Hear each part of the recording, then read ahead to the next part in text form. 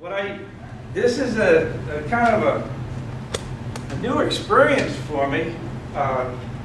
The book has been a labor of love. I worked on it for over 5 years. I didn't stop making my glass art. I continued to do my glass, but I worked mornings and evenings and weekends writing the book.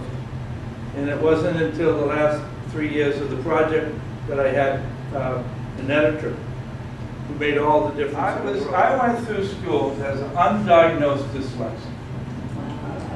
And I failed the 3rd grade. I was going to fail the 5th grade. My parents said, if you fail them, we're putting them in the public school system. And I guess they needed students. I went to Catholic school where there was 43 kids in a class. And what was so sweet about that, if you were a poor student but behaved yourself, you were left alone. You just failed at the end of the year. So I basically was promoted out of 8th grade, went to Pittman High School, and a few things happened to me. But what was really interesting, I had Mrs. Reed for my English teacher. And Mrs. Reed, not every day, but often, would read out loud to the class. So my sophomore, junior, senior year, I was with the same kids, just floating through high school, and Mrs. Reed would read the classics to us. And I loved it. I was so enthralled to listen to these stories because I wasn't able to read. I came home from high school. You had to visit the guidance counselor's office. I told him that I was interested in going to trade school. So he gave me information about Salem Vocational Technical School, and I thought, I saw a machinist. Now I'm 64 years old. In the early 60s, late 50s, a machinist was a good craft. Yeah. It was a good trade. So I thought, I'll be a machinist. So I brought this brochure home to my father. We were at the dinner table. I used to call him Papa. I said, Papa, I'm thinking about being a machinist. What do you think? So he looked at the brochure. That's a good trade, son. And he looked at the brochure and said, glass blowing, scientific glass blowing, that's what you want to be, a scientific glass blower. I said, well, what do they do? He said, they make laboratory equipment, and that's a good trade. I said, okay, I'll be. They had an open door policy. I went to Salem Vocational Technical School and loved it.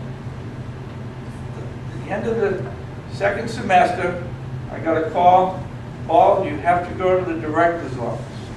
Went to the director's office, and Mr. Donahue said, Paul Stankard, I think you should leave Salem and go join the Army. Now that's what, remember, that's what they did when we were little. You know, if you didn't do, when we were teenagers, you didn't act right, you didn't do well, join the Army. I said, I don't want to go to the Army. I want to be a glass blower. He said, well, you failed glass blowing, and you failed math, and you really should consider doing something else. So I actually graduated from Salem, went into industry. My wife and I, actually, my wife, God bless her, I didn't bring the right cassette, unfortunately, but I had some pictures of Pat. You won't be able to see Pat, but she helped me get through Salem. She was a secretary, worked at Campbell Soup.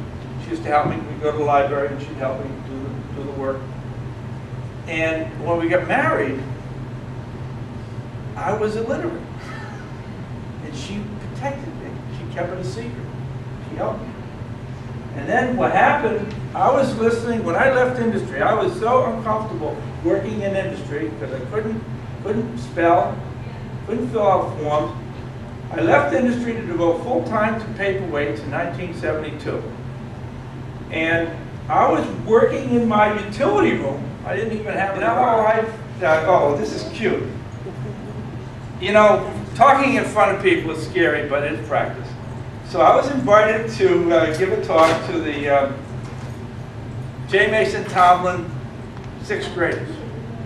And I was, my kids, I went over to the school, and the teacher introduced me as children, this is Paul Stankard, internationally renowned for his glass paperweights. He lives right here in Mantua, you know, blah, blah, blah. So I gave the talk to the kids. So at the end, I said, any questions? And one little kid raised his hand and says, Mr. Stankard, how do you know you're internationally famous? Wow! What a question! And I said, and I kind of, you know, I mean, what do I say? You know, and the process that I use to make my glass flowers that we use in the studio is called flame working. We have a bench burner with a glass and oxygen flame, and we melt the glass in the flame and shape the colored glass to make our botanical component.